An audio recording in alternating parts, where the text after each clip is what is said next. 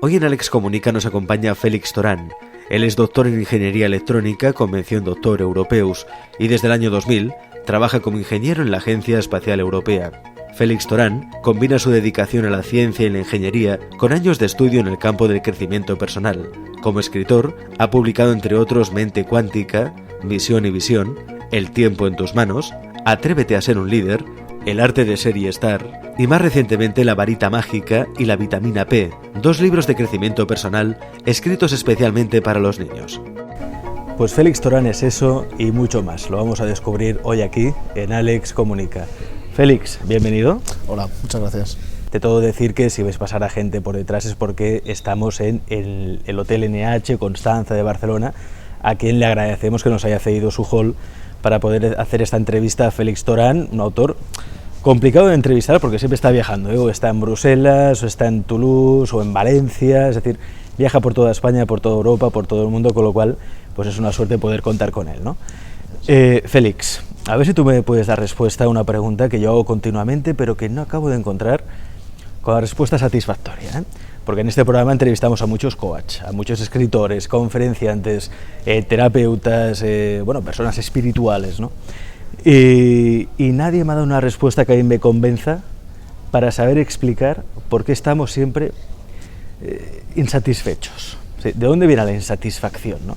Porque uno va consiguiendo retos en su vida, ¿no? Consigue metas, consigue éxitos, pero siempre está insatisfecho. Parece que nunca acaba de estar bien consigo mismo. ¿De dónde viene eso? Bueno, si vamos a un núcleo espiritual, ¿no?, del asunto, diría que la insatisfacción procede casi siempre del necesitar, ¿no?, del hecho de tener necesidades. Muchas veces me lo preguntan, ¿no?, ¿qué se necesita para ser feliz? Y cuando me hacen esa pregunta siempre digo, para ser feliz se necesita no necesitar, ¿no?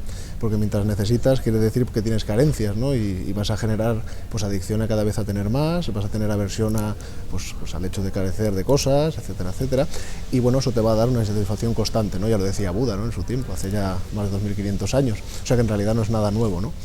Y bueno, pues precisamente se trata de eso, de desapegarse de la necesidad, ¿no? Dejar de ser adicto a poseer, a estar siempre viendo carencias en todas partes, ¿no?, y a tener aversiones, ¿no? Entonces, gracias a técnicas como por ejemplo el mindfulness, de las que hablo en mi libro y hablo generalmente en la mayoría de mis libros, ¿verdad?, son técnicas que te permiten precisamente ser consciente, ¿no?, de esos apegos, de esas aversiones, y empiezas a liberarte de la necesidad, ¿no?, y de esa forma pues puedes acercarte más a lo que es la verdadera felicidad. La verdadera felicidad. Tú dices que se tiende a confundir, en tu último libro, dices que se tiende a confundir la felicidad y el bienestar. Sí. ¿No es lo mismo estar bien que ser feliz? No es lo mismo, no es lo mismo. La felicidad es un concepto mucho más profundo. De hecho, la felicidad no se puede definir con palabras, ¿no? La felicidad solo se puede conocer por experiencia directa, ¿no?, en el momento presente. Sin embargo, el bienestar sí que se puede definir con palabras. El bienestar es estar bien, ¿no?, libre de preocupaciones. Es un estado. Es algo que se puede tener en ciertos momentos y puede que en otros momentos no tengas, ¿no? La felicidad es algo que siempre está ahí. El bienestar es algo que se puede alcanzar. La felicidad no es alcanzable, porque la felicidad solo existe en el momento presente. En el momento presente no hay nada que alcanzar, porque todo está ahí. Por lo tanto, preguntarse qué es o qué da la felicidad, ahí mismo estamos metiendo la pata también, ¿no? Sí, sí. Primero, ¿qué es muy difícil porque no se puede definir con palabras, y si tú miras históricamente cómo grandes autores y grandes personalidades en la historia han definido la felicidad, verás que cada uno tiene su visión diferente, ¿no?, su propia visión de lo que es la felicidad. El bienestar, sin embargo, pues sí que se puede definir, por supuesto, pero la felicidad no. Volviendo al tema de la insatisfacción, claro, tú dices, de acuerdo, todos tenemos ese sentimiento de insatisfacción, esa sensación de que nunca tenemos el vaso lleno, ¿no? Pero claro, esa insatisfacción nos lleva, también nos ayuda, en un sentido positivo, ya que nos ayuda a conseguir objetivos, ¿no? Lo que pasa es que siempre todo cuesta esfuerzo, todo se hace pues con sangre, sudor y lágrimas, ¿no? Supongo que también porque venimos de una cultura que es muy centrada en esto, ¿no?, en que todo cuesta mucho, vas a sudar, tal. ¿Cómo podemos eliminar esa insatisfacción para seguir cosechando éxitos, triunfos también en nuestra vida, pero hombre, sintiéndonos bien sin necesidad de haber conseguido la meta? La insatisfacción es una resistencia de por sí, o sea, estamos viendo la parte negativa del asunto. Sí que es cierto que la insatisfacción a veces te puede motivar a conseguir cosas, pero ese no es el camino. El camino mejor es estar motivado por conseguir lo que quieres conseguir. Así que si tú te quieres usar la insatisfacción como vía para llegar a algo, tienes que empezar por eliminar esa resistencia y luego darle la vuelta y usar esa energía de alguna manera para que te ayude a llegar, ¿no? Entonces, como me gusta a mí decir, ¿no?, la mejor manera de ser feliz es comenzar por dejar de ser no feliz. O sea, dentro de nosotros estamos llenos de hábitos de no felicidad que nos hemos ido currando con el tiempo. Por ejemplo, hábitos de no felicidad como las creencias limitantes. Yo no valgo para esto, yo no tengo tiempo, esto no es lo mío, etcétera, etcétera. Esas cosas el lenguaje te las revela, ¿no? Las personas los decimos con mucha facilidad y a veces pasan desapercibidas, no solo en nuestra boca, sino también en nuestra mente. Hay muchas palabras que nos programan precisamente para ir al contrario de lo que queremos ir. Hay una idea, una creencia que todos compartimos, ¿eh? Siempre en algún momento pensamos que este no es nuestro camino, este no es el trabajo que yo me merezco, esto no es lo que yo me merezco, no es la relación que me merezco. Creemos que nada es adecuado, ¿no? Que no estamos en el sitio que nos toca. Esto se puede resolver teniendo una misión y una visión. O sea, son las dos piezas fundamentales en el crecimiento personal. No se me ocurren dos mejores. Puedes hacer virguerías en el crecimiento personal y si no tienes misión y visión, algún día las piezas se entremezclan. Misión y visión, a ver, explícame eso. La misión es nuestro propósito en la vida, ¿no? Es para qué estamos aquí. Los seres humanos necesitamos saber para qué estamos aquí, cómo contribuimos a este mundo, ¿no? Necesitamos saber el porqué de lo que hacemos, ¿no? ¿Por qué hacemos lo que hacemos? ¿Y para qué estamos? ¿Y cómo contribuimos? Si no, nos sentimos frustrados, nos sentimos desanimados, ¿no? Una persona con misión no pierde el ánimo. Es lo que da sentido a la vida, ¿no? Le da sentido a la vida. ¿Cómo descubro mi misión? Efectivamente, esa es la palabra clave, descubrir. Porque la misión se descubre, no es algo que tienes que construir, sino que está dentro de ti, ¿no? Tienes que preguntarte primero quién eres, ¿no? Todo el mundo nace con cualidades únicas, con cosas que aportar a este mundo, ¿verdad? Y que son únicas de cada persona. Lo que pasa es que no siempre somos conscientes de ellas. Tenemos que hacer un ejercicio de autodescubrimiento, y eso lleva su tiempo, para saber cuáles son nuestras cualidades, y luego decidir qué queremos aportar al mundo, ¿no? Con estas cualidades y a quiénes. ¿Y cómo puedo descubrir esas cualidades? ¿Me siento conmigo mismo, cojo papel, bolígrafo y empiezo a apuntar, o pregunto a los demás? Las dos cosas. Las dos cosas. Te puede ayudar toda fuente de información y en realidad todo lo tienes tú ya dentro, ¿no? Si hablas con otras personas te pueden ayudar también a descubrir lo que ya está dentro de ti, pero ya está dentro. ¿Y qué preguntas me hago para descubrir esas cualidades? Pues efectivamente hay muchas cosas que te puedes preguntar. Por ejemplo, cuando alguna vez parece que el tiempo se para y han pasado horas y para ti han sido como segundos, ¿qué estabas haciendo en esos momentos? ¿O qué cosas te dicen los demás que es que eres único y a ti te parecen de lo más normales, ¿no? Algunos dirán, mirar la tele.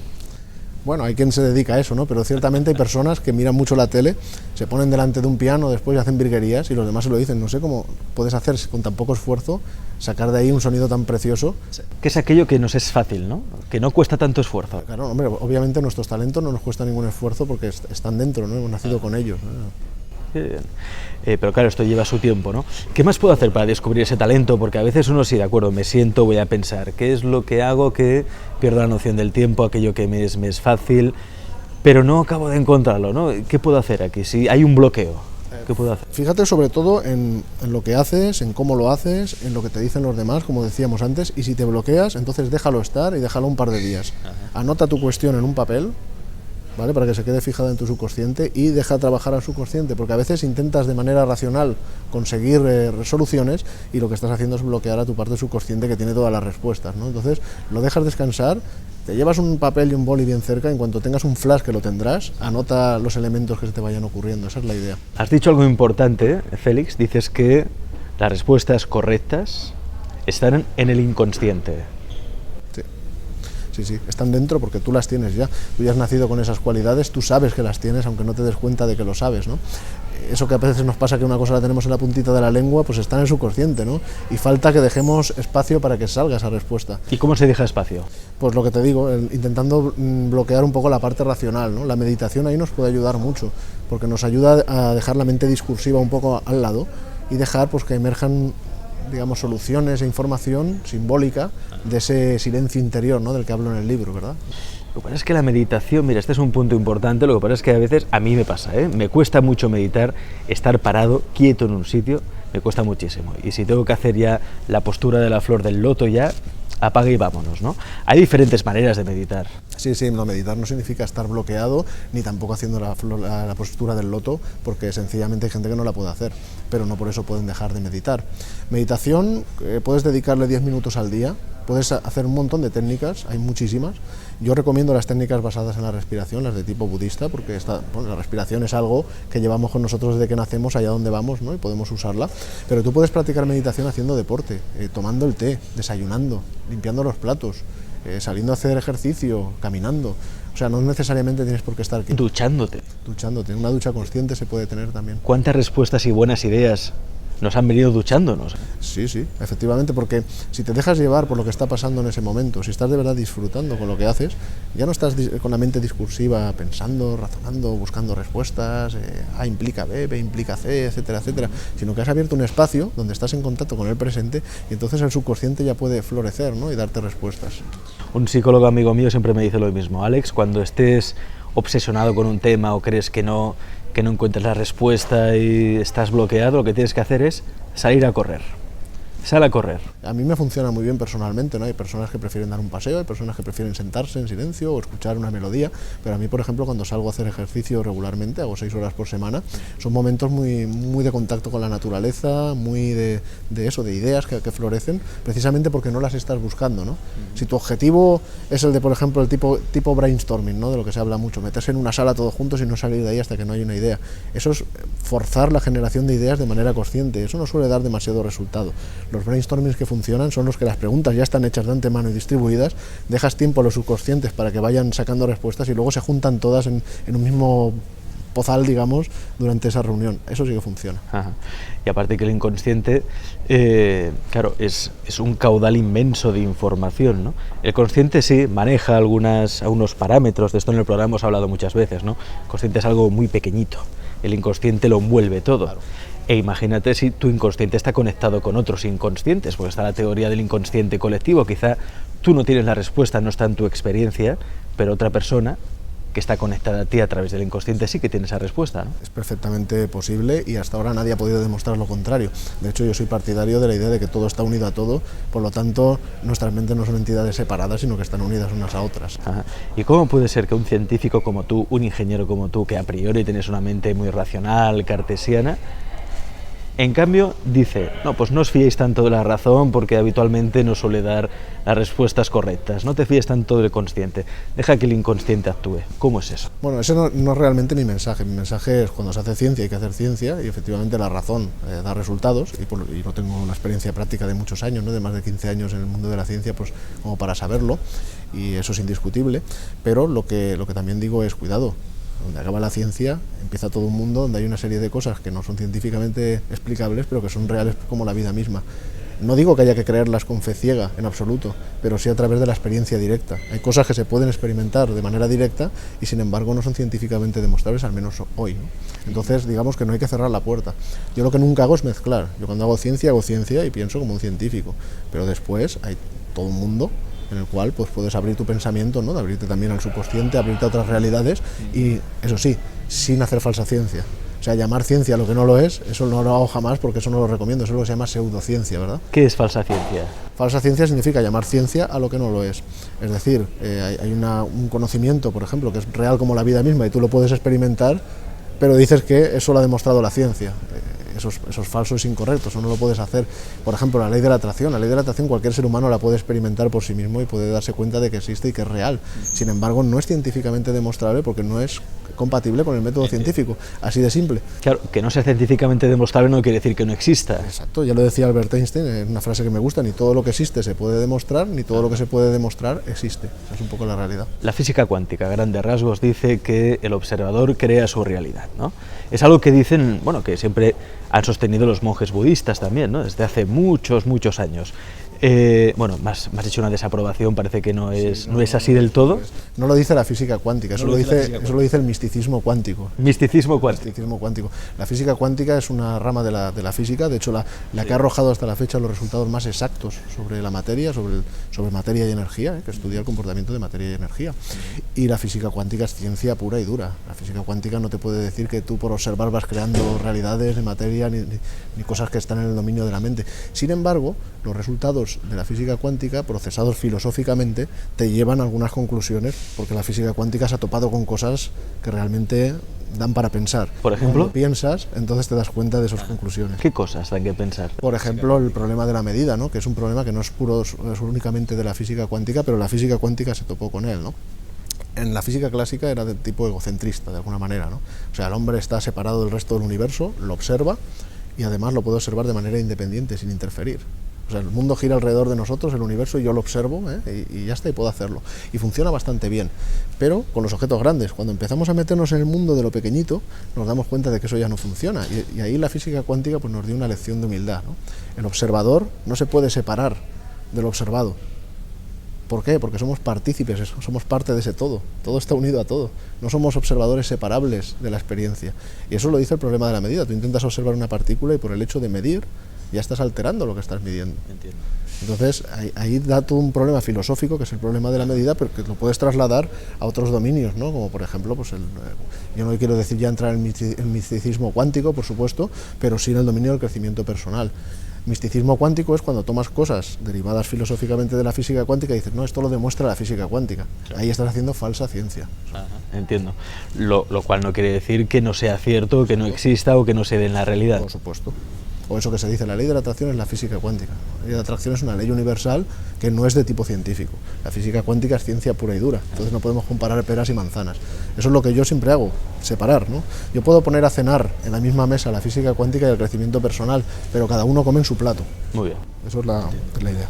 Has hablado de la ley de la atracción. Venga, vamos a hablar un poquito de este tema porque hay mucha gente que acaba muy decepcionada, muy desilusionada, porque dicen, sí, no, pero si yo sigo todas las reglas, no me he leído El secreto de Rhonda Byrne y he hecho todo a pies juntillas, he hecho mi mapa del tesoro, las afirmaciones positivas, me he enfocado, pienso en positivo, pero es que no me ocurre nada bueno, nada positivo, ¿no?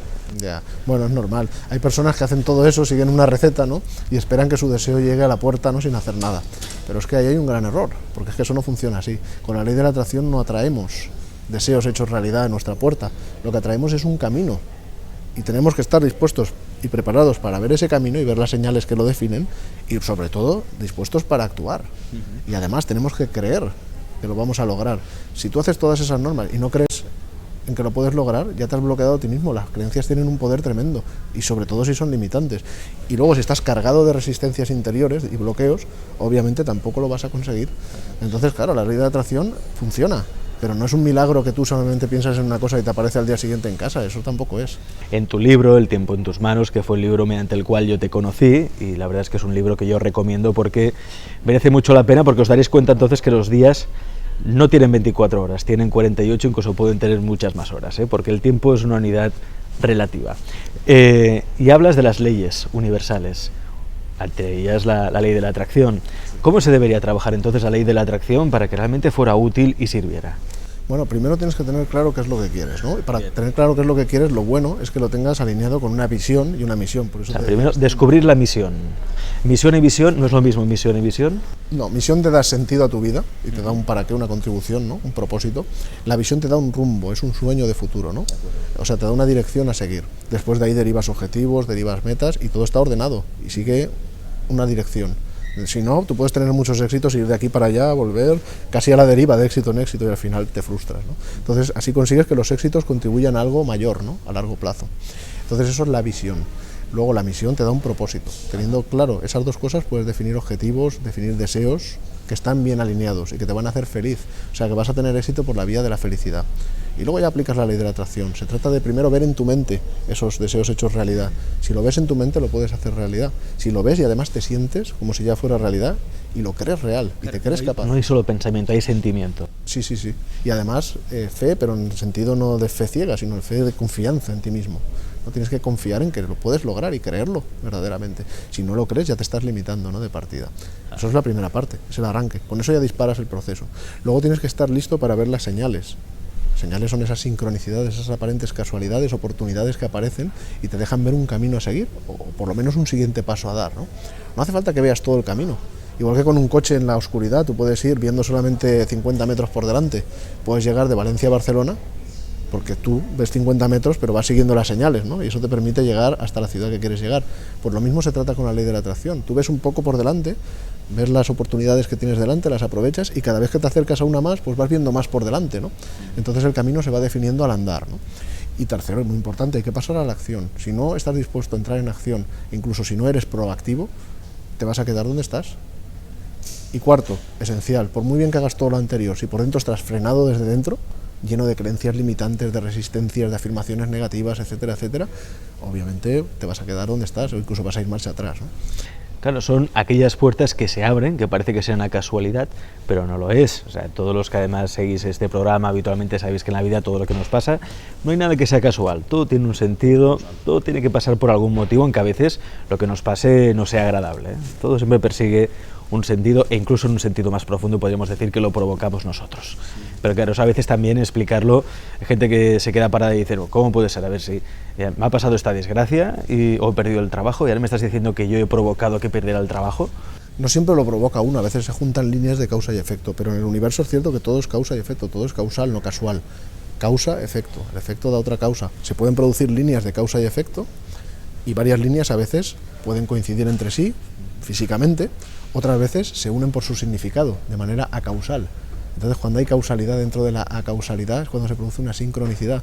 O sea, son líneas de causa y efecto que no tienen nada que ver entre ellas, pero en un momento dado se unen por su significado. Es ahí donde viene la clave. Cuando te aparece una de esas aparentes casualidades, que no lo son sincronicidades, no intentes buscar el por qué ha ocurrido, porque no lo vas a encontrar, porque no son causales, son acausales. Lo que tienes que encontrar es cuál es el mensaje que te están transmitiendo. Esa es la idea. Hablas de creencias limitantes, ¿no? Por ejemplo, tenemos la misión, tenemos la visión, actuamos, ¿no? Somos proactivos, pero es cierto que a veces parece que hay algo que nos impida o que nos frene, porque aunque tengamos claras las cosas, nos cuesta dar el paso, ¿no? El salto, lo que algunos definen como el salto cuántico, ¿no? Venga, vamos a evolucionar, vamos a crecer realmente, ¿no? Y una de esas creencias, una falsa creencia muy extendida es no tengo tiempo. Pero ¿cómo lo voy a hacer si no tengo tiempo, ¿no? Y esto, bueno, yo me lo he encontrado mucho en el programa, porque hay muchos psicólogos, terapeutas que me lo cuentan, ¿no? Es decir, que mucha gente va a la consulta y dice, sí, de acuerdo, tú me estás diciendo que yo puedo mejorar en el trabajo, que puedo cambiar incluso a un trabajo que sea mejor, pero claro, para eso me tengo que formar y para formarme necesito tiempo. ¿Y de dónde saco el tiempo si trabajo un montón de horas al día y luego tengo que estar por la familia? Es decir, claro, no tengo tiempo. Es cierto que no tenemos tiempo, Félix. Generalmente suele utilizarse como una excusa, ¿no? Pero cuando uno se pone a analizarlo y lo analiza bien y quiere hacerlo, se da cuenta de que siempre hay tiempo. Lo que pasa es que a veces estamos cargados, la agenda, de tareas que no son realmente importantes. Y a veces tenemos la creencia de que todo lo que hacemos es importante. Sencillamente porque no hemos puesto la línea jamás ni nos la hemos planteado, la que separa lo importante de lo no importante. Cuando empiezas por decir, primero, siempre hay tiempo, porque solo existe un tiempo, que es el presente, y el presente siempre está ahí. Eso ya te da un paso. Segundo, defines tu misión y tu visión como criterio para separar lo que es importante de lo que no lo es. Y entonces cuando lo sabes ya puedes definir qué es importante y qué no es importante. Entonces puedes hacer esa separación y te concentras solo en lo importante. Y cuando te has concentrado solo en lo que es importante te das cuenta de que acabas el día, en vez de con 50 tareas e insatisfecho porque te quedan 50 más, acabas el día con 10 tareas completadas, pero satisfecho porque son las de verdad importantes. Y te das cuenta, pues vaya, sí que había tiempo. Lo que pasa es que mi línea que separa lo importante de lo que no estaba abajo del todo. Para mí era todo importante y ahora me doy cuenta de lo que sí es importante. Vale, ¿y cómo me doy cuenta de lo que sí es importante? ¿Cómo detecto las tareas que son importantes? Necesitas un criterio. Y ese criterio, vuelvo otra vez al mismo punto de antes, no se me ocurre nada más importante que la misión y la visión, porque es que son el criterio. Todo lo que esté en línea y en armonía con tu propósito en la vida y que además te ayude a avanzar hacia tu visión es importante, lo demás no. Tienes que partir de tener misión y visión y luego tienes que poner en marcha ese proceso que al principio, pues como todo, pues requiere un esfuerzo, pero después lo haces prácticamente de manera casi automática, ¿no?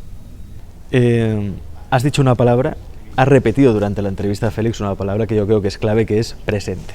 Vivir el presente, ¿no? Darnos cuenta que el único tiempo que existe es el presente, porque el pasado ya pasó y el futuro ya llegará y no sabemos cómo será, ¿no? ¿Cómo podemos experimentar por eso el presente? Porque tenemos la mente tan obsesionada, tan viciada, tan adicta a pensar en el pasado y pensar en el futuro, que pocas veces nos damos cuenta del presente. ¿Qué podríamos hacer?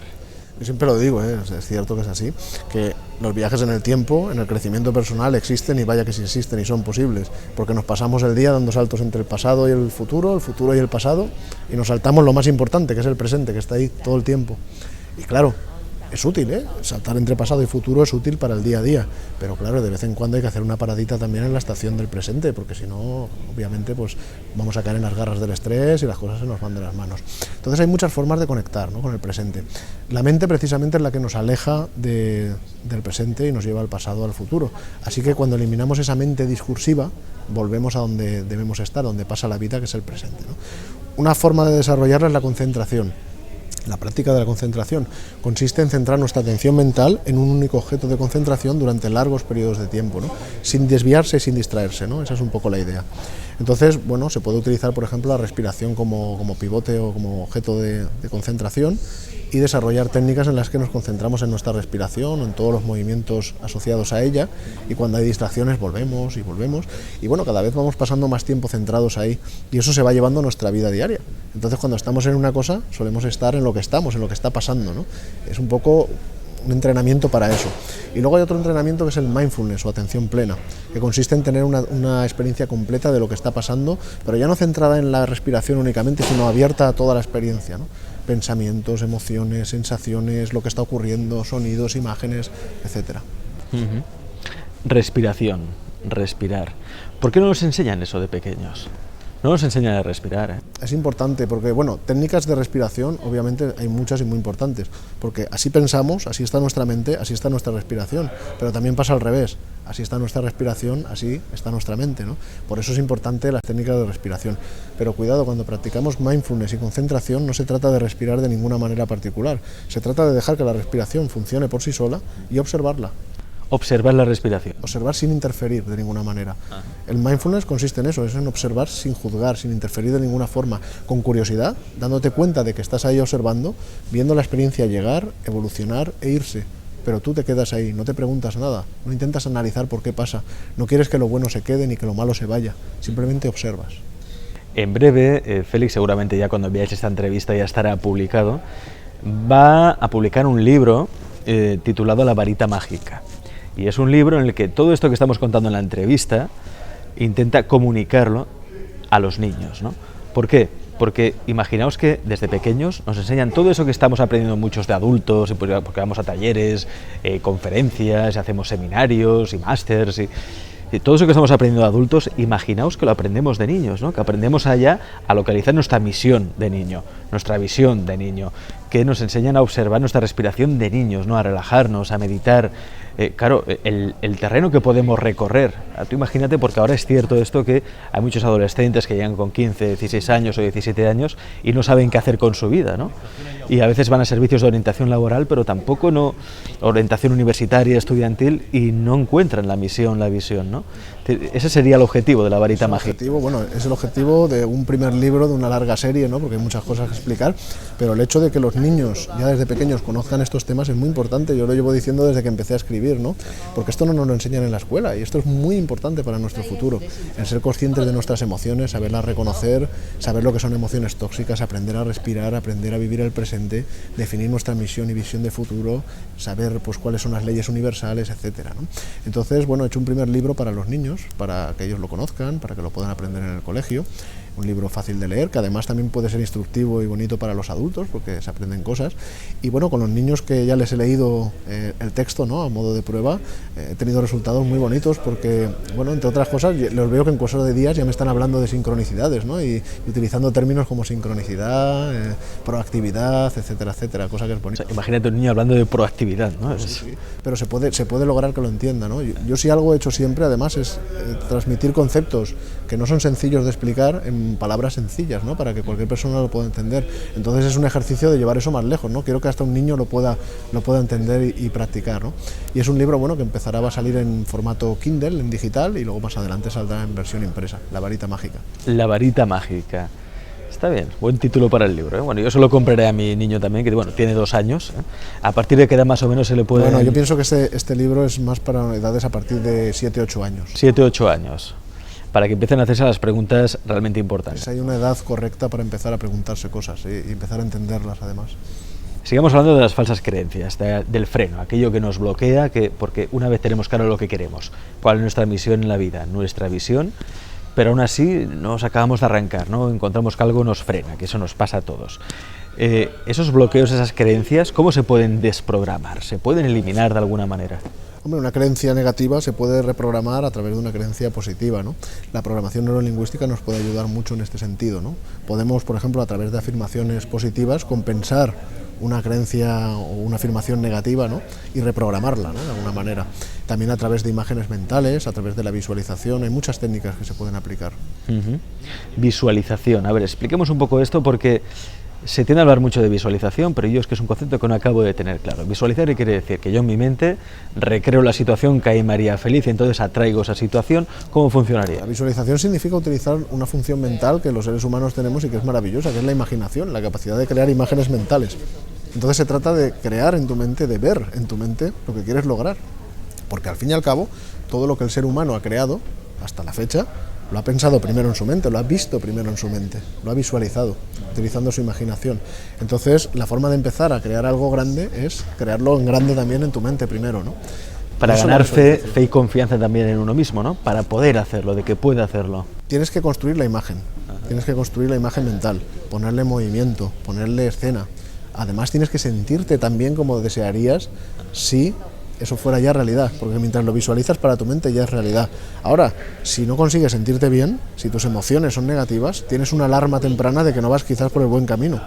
Por eso te decía antes lo de la misión y la visión. Si tú tienes muy clara tu misión y tu visión y derivas de ahí tus deseos y tus objetivos, tus metas, entonces te asegurarás de que vas por el camino correcto, un camino en el que ya desde el principio te vas a sentir bien y tienes la señal de que va a ser un camino de felicidad. Esa es un poco la idea. Que es algo que se aplica mucho en el mundo del deporte. A los deportistas, bueno, y todos que hemos tenido profesores de gimnasia, educación física, siempre nos daban este consejo, ¿no? Sobre todo cuando tenemos que saltar una cosa que todos hemos vivido y padecido, que es el salto del potro, ¿eh? Y siempre, yo recuerdo que mi profesor me decía, tú Alex, imagínate que saltas el potro, que lo haces con elegancia, que lo pasas sin ningún tipo de problema y que luego la gente te aplaude y emocionate y tal, ¿no?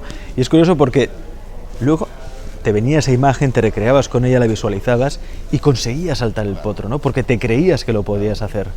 Básicamente esa técnica de visualización precisamente es una herramienta muy poderosa en el deporte y en cualquier cosa de la vida, porque no es que vaya a hacer que porque tú lo visualices te vayas a convertir en un atleta si a lo mejor no estás entrenado, obviamente, pero sin embargo lo que sí que te va a ayudar es a quitar las resistencias interiores que te hacen creer que no puedes. Por lo menos te va a ayudar a lograrlo, ¿no?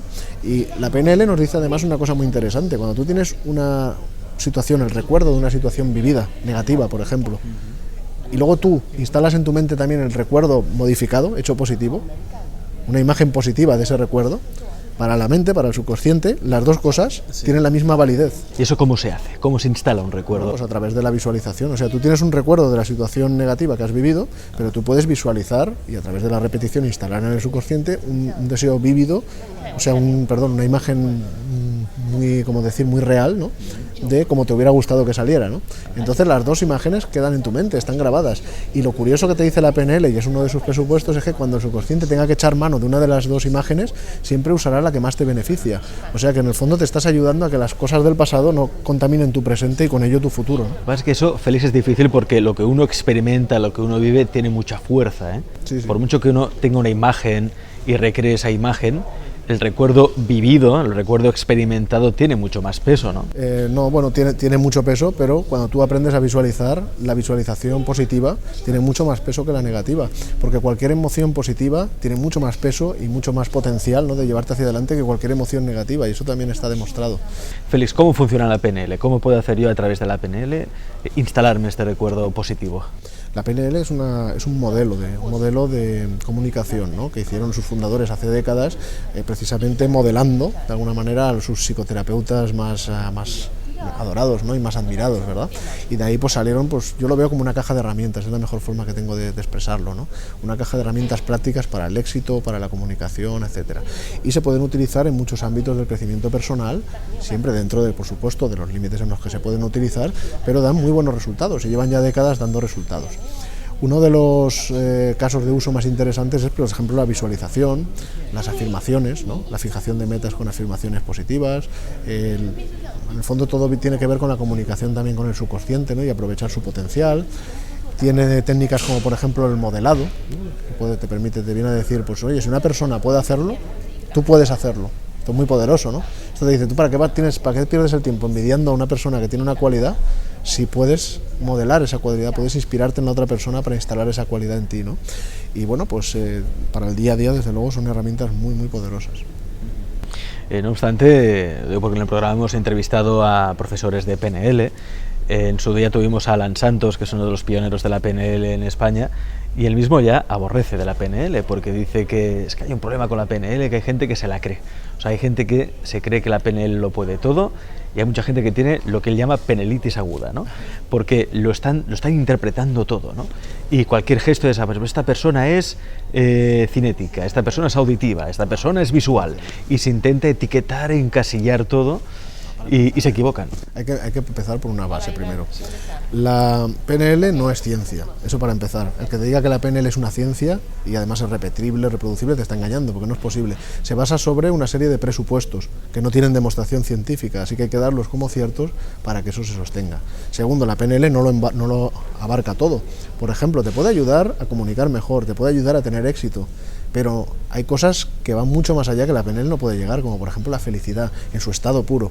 Ahí solo puedes llegar a través de cosas como el mindfulness, la meditación, etcétera, un camino más espiritual, ¿no? Cosas como por ejemplo la alegría empática, la conexión con los demás. Un profesor de PNL te puede decir, no, la PNL tiene que ver con la comunicación. Sí, pero detrás hay el objetivo de conseguir un éxito a través de esa comunicación, ¿no? Es comunicar para conseguir éxitos. La felicidad va mucho más allá que el éxito.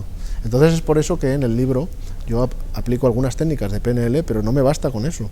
Hay que combinarlas también con técnicas de mindfulness, de meditación y también de ecología mental, ¿no? De lo que hablé en mi 9º libro.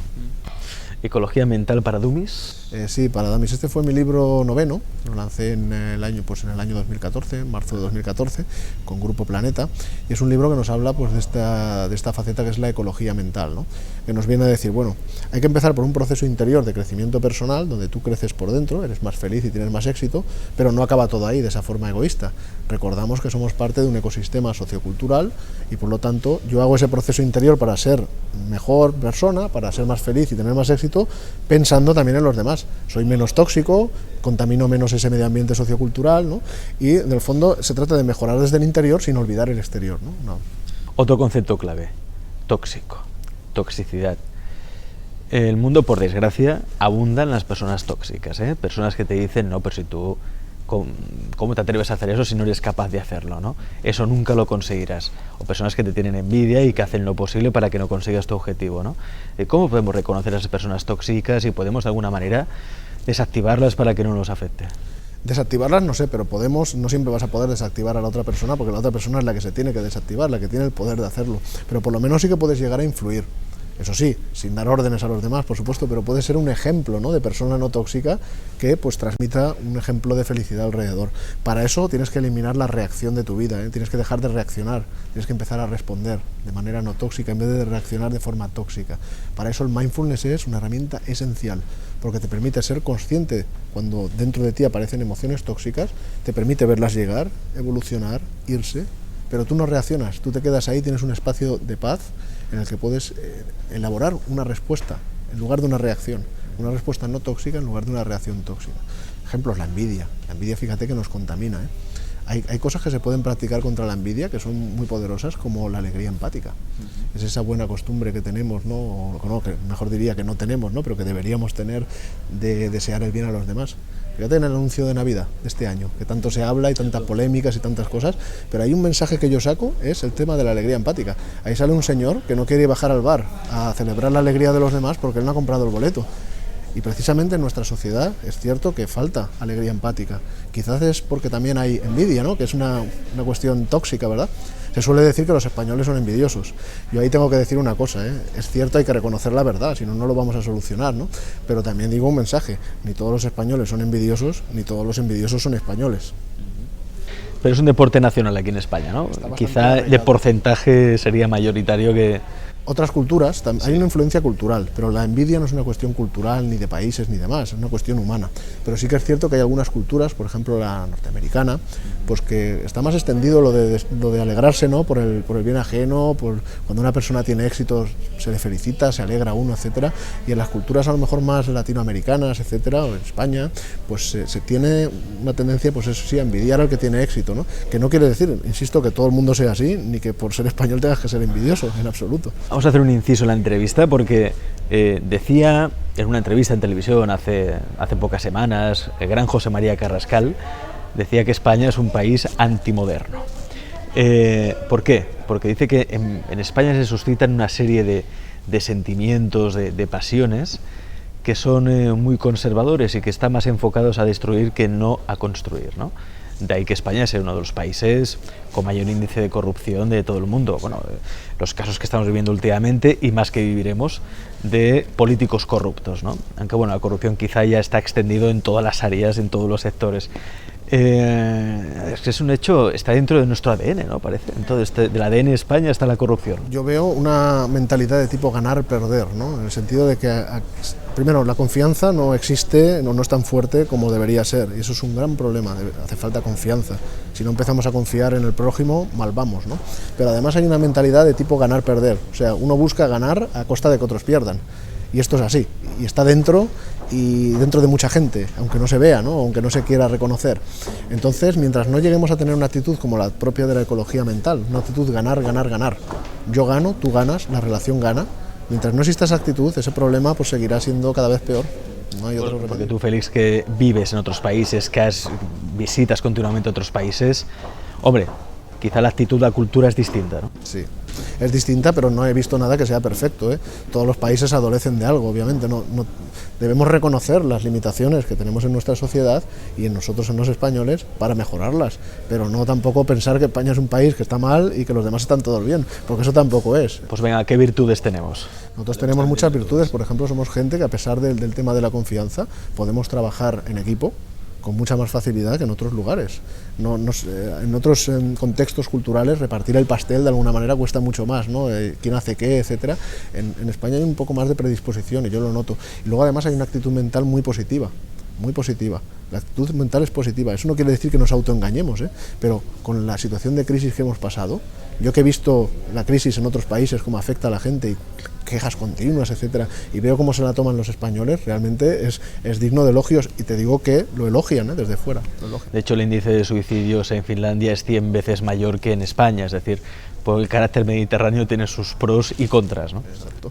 No, y además la queja continua. Hay otros países donde la queja es la orden del día, ¿no? Estar quejándose siempre de algo, pero yo no digo la queja constructiva, ¿no? Que te ayuda a mejorar y demás, sino el quejica, vamos, el quejarse por quejarse, ¿no? Esto es algo que cuando viajas fuera y ves otras culturas, en algunas lo ves, y bueno, aquí no somos tanto así, ¿verdad? Aquí tenemos también un poquito, pues incluso hacemos chistes y bromas a veces, ¿no? De situaciones pues que son duras, ¿no? ¿Más sentido del humor quizá que en otros países o...? Yo diría que sí. Ahora nos falta, bueno, la procrastinación es una cosa mala que tenemos, que está muy arraigada. Y la queja, ya te digo, la queja es algo muy peligroso, pero hay países que están más contaminados por la queja, otras sociedades que la nuestra, Pero eso sí, todo lo que podamos hacer para sacar a la queja de nuestra vida, nos haremos un bien a nosotros y también se lo vamos a hacer a la sociedad, porque es que es como un virus, se contagia pero súper rápido. Te pones al lado de un quejica y al final te acabas quejando. Sí, porque también es como un deporte, ¿no? A ver qué se queja más. Hablas de la procrastinación. Este es un tema interesante, porque muchas veces abortamos nuestro proyecto sin siquiera haberlo iniciado. Lo que pasa, la procrastinación se basa, entre otras cosas, o se fundamenta muchas veces en el miedo a abordar cosas que creemos incapaces de abordar o que se nos hacen muy grandes o no sabemos ni cómo empezar. Entonces procrastinamos, dejamos eso para más tarde y lo cambiamos por algo que es menos importante pero más cómodo, ¿no? Y eso pues es un deporte nacional de alguna manera, es verdad, pero se puede solucionar pues adoptando una serie de conductas. Un truquito sencillo, bueno, sencillo de explicar, luego hay que ponerlo en práctica, por supuesto, consiste en dividir las tareas en partes. O sea, si una tarea la partes en trocitos más pequeños y te quedas con el primer trocito, pues te va a parecer más fácil llegar a él y te ganarás más motivación para seguir luego adelante y demás, ¿no? Entonces, eso, por ejemplo, el divide y vencerás es un truquito que puede funcionar con la procrastinación. Ahora, cuando yo digo lo de divide y vencerás, doy siempre una nota de precaución. Si te pasas de dividir, al final vas a ver tantos trozos que hasta te va a resultar más difícil que antes. porque te vas a estresar de tantos trocitos que abordar, pero por lo menos ver un pequeño pasito primero que dar, eso ya te puede ayudar con la procrastinación. Es decir, vale, esto es una primera etapa hacia algo más grande, vamos a dar ese primer paso, con la confianza de que luego veré más claro cuáles son los siguientes pasos a dar, ¿no? Volvamos a hablar sobre tu último libro, donde profundizas en la PNL como esta caja de herramientas que todos deberíamos utilizar precisamente, entre otras cosas, para aquel recuerdo negativo que hemos tenido, desactivarlo e instalar en su lugar un recuerdo positivo, ¿no? La PNL, para quien no lo sepa, aunque yo creo que casi todo el mundo que ve este canal ya lo sabe, ¿no? Pero para el que no lo sepa es, bueno, defiende la teoría de que nosotros tenemos un hardware, ¿no? Que sería nuestro cerebro, es un hardware, es como un PC de sobremesa. Entonces, las creencias son el software, es el programa que tú te puedes instalar o reinstalar. ¿Qué quiere decir? Que si tenemos la creencia de que no somos buenos en algo, no quiere decir que seamos así. Tenemos ese programa instalado. Si quitamos ese programa, lo suprimimos, lo anulamos, instalamos un programa que nos diga que sí, que somos capaces, seremos capaces de hacerlo, ¿no? O sea, imaginaos el infinito poder que tenemos todos, como creadores de realidades. Háblanos de alguna técnica de PNL que podamos utilizar, porque a mí me gusta mucho el enfoque práctico también, ¿no? Es decir, ¿qué técnicas, ejercicios de PNL podríamos hacer ahora mismo para vencer alguna resistencia que tengamos? Hay muchos ejercicios, pero yo en el libro, por ejemplo, hay uno que propongo precisamente con el tema del miedo. Porque el miedo, claro, el miedo se convierte en una resistencia en el día a día, ¿no? Que nos frena mucho desde dentro, sin ninguna duda, ¿no? Y a veces sin razón, a veces por preocupaciones que realmente no son reales, ¿no? Que están más generadas por nuestra imaginación. Y propongo una técnica basada, que le llamo las 2 habitaciones, ¿no?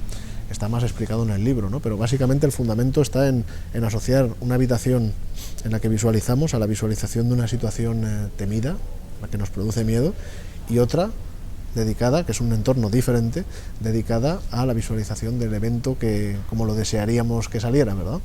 Y precisamente a través de esa reprogramación, ¿no? A través de la repetición podemos llegar a programar, ¿no? Una nueva creencia positiva, ¿no? Y reemplazar la negativa, o por lo menos a ver la situación en nuestra mente con una imagen diferente, ¿no? Y es lo que te decía antes, ¿no? Al final la mente echa mano de lo que más te ayuda, ¿no? De alguna manera. Luego te contaba antes el modelado también lo recomiendo porque es una técnica pues muy, muy positiva y muy poderosa. Ahí se requiere ya casi un tratado porque es que ahí hay mucho que contar, ¿no? En el libro yo no hago un tratado de PNL para nada, porque yo no pienso que la PNL lo abarque todo, pero sí que es una herramienta más a integrar dentro de un mosaico general más grande, ¿no? ¿Qué sería el modelado? Digo, para que la gente le quede claro, ¿cómo practicar el modelado? Pues lo que te comentaba antes, hombre, ¿cómo practicarlo? Para eso necesita unas largas explicaciones. Pero para empezar a experimentarlo de alguna manera. El modelado significa darle la vuelta a la envidia, de alguna forma. O sea, porque la envidia, tú envidias una cualidad de otra persona, ¿no? Tienes un sentimiento negativo porque otra persona tiene una cierta virtud, ¿no? Pero el modelado te dice con la PNL, tú, si esa persona puede hacer eso, tú puedes hacerlo. Entonces se trata un poco de estudiar a través también de la conversación, a través de la observación y bueno, pues siguiendo toda una serie de pautas y herramientas, el entorno en que esa persona se mueve, cuáles son sus comportamientos, qué habilidades tiene, qué creencias tiene, cuál es su concepto de sí mismo e incluso cuál es su misión personal, ¿no? Llegando a un terreno más espiritual, ¿verdad? Y todo eso te puede dar información y te puede dar herramientas para instalar tus nuevos hábitos, ¿no? Y hacer un plan, instalar tus hábitos nuevos, darle un poco la vuelta al asunto, ¿no? Y cambiar lo que es envidia por instalar justo lo que quieres conseguir, ¿no? Que de alguna manera es el objetivo. Entonces, insisto, la PNL no lo puede todo y eso del hardware y el software está muy bien como modelo de explicación, pero los seres humanos no somos máquinas, ¿eh? Hasta cierto punto eso funciona, pero no lo generalicemos porque tampoco lo cubre todo. No nos volvamos tampoco adictos a eso, ¿no? No, porque no somos robots, no somos robots con un hardware y un software, pero como analogía me parece bien, porque hasta cierto punto hay una parte de nosotros que es así, pero el ser humano va mucho más allá de eso. Ya para acabar, Félix, mucha gente que ve este canal lo hace porque busca una respuesta, porque se siente perdido, desorientado y no sabe qué hacer con su vida, ¿no? Y hay muchas personas, ¿no? Que se sienten así, y el problema es cuando te sientes de esta manera mucho tiempo, porque no encuentras dar ni con tu misión, ni con tu visión, ni dar un sentido, ¿no? ¿Por qué estoy aquí, no? ¿Qué le podemos decir a esa persona para que al menos salga de ese sentimiento? De desorientación, de que estoy perdido, de que no sé qué puedo hacer, pobrecito de mí. ¿Qué puedo hacer ahí? Yo te diría que cada día en el mundo hay muchas personas, más de las que podemos creer, que se dan cuenta de que sí que se puede hacer algo, porque dan ese paso. Y ese paso, insisto una vez más en un mensaje que ya la cuarta vez que digo, pero es que es el más importante para mí. Cuando tienes misión y visión, es cuando das el giro, no antes. Entonces, el mejor consejo que puedo dar para que una persona no pierda el rumbo y se sienta desorientado y que su vida tenga sentido es que empiece por descubrir su misión y escribir su visión. En mi página web, en felixtoran.es, tengo artículos gratuitos ahí donde doy consejos prácticos, explicaciones para lograrlo, e invito pues a las personas que ven el programa pues que lo visiten y que disfruten con estos artículos y los pongan en marcha, porque se ven resultados. Por ejemplo, también llamar a un amigo, ir a hacer un café, una cerveza con un amigo y preguntarle, oye, ¿en qué crees tú que soy bueno, ¿no? Eso no estaría nada mal. Los demás nos pueden ayudar, si son personas de confianza, por supuesto, te pueden ayudar a ver algo que está dentro de ti y que tú mismo no ves, ¿no? Y también lo tienes que hacer utilizando el potencial de tu subconsciente. No está mal escribirse unas cuantas preguntitas en un papel y poner ahí todo lo que te salga de la mente. Garabatos, palabras, aunque parezca que no tenga el menor sentido. Lo que ahora no tiene sentido, cuando lo integres luego desde una visión más global, verás cómo encaja y encontrarás el mensaje, ¿no? Dirás, esto y esto que parece que no enganchan, ahora van y enganchan, ¿no? Pasa como con la sincronicidad. A veces te pasa una cosa increíble y dices, ¿y esto para qué me sirve? ¿Cuál es su mensaje? Déjalo estar, no lo olvides, anótalo, porque luego igual te pasa otra o te pasa otra y entonces empiezan a tener sentido, ¿no? O como con el libro de I Ching, ¿no? Bueno, dicen que, bueno, si tienes que pensar en la pregunta, ¿no? Entonces abres y por la página determinada, ¡pum!, y ahí tienes la respuesta. No es que tenga la respuesta, pero realmente lo que tienes es te inspira. Un impulso, una inspiración para encontrar la respuesta, ¿no? Entonces, bueno, por supuesto la conversación con un buen amigo, con alguien que te aprecia, que te quiere, desde luego es algo que recomiendo ampliamente, ¿no? Tienes que saber que tienes que estar seguro de que dicha persona quiere ayudarte, por supuesto, y que no quiere frenarte, ¿no? Claro. Por eso lo de compartir los deseos hay que tener mucho cuidado. Porque si tú compartes tus deseos, que sea con una persona que sabes que te va a apoyar. Si no lo sabes, mejor no los compartas. Porque si no, la reacción de la otra persona podría convertirse para ti en una resistencia. Y mucho más si la otra persona, imagínate, te envidia por eso, por lo que tú deseas. Está frustrada por cualquier motivo, ¿no? Y vuelca su frustración sobre ti. Einstein lo decía, cuando una persona tiene éxito en algo o tiene una buena idea, no tarda en rodearse de gente mediocre que te intenta frenar, por la envidia. Entonces yo siempre digo, si tú te ves rodeado de gente que te quiere frenar en tu empeño, piensa que a lo mejor pueden tener parte de razón, pero sobre todo piensa que lo que haces se lo estás haciendo muy bien, porque si no, no tendrías a tanta gente alrededor así, ¿verdad? Es un poco la señal. Buscando respuestas en el inconsciente, ¿podemos hacer esas preguntas cuando estamos un poco ya...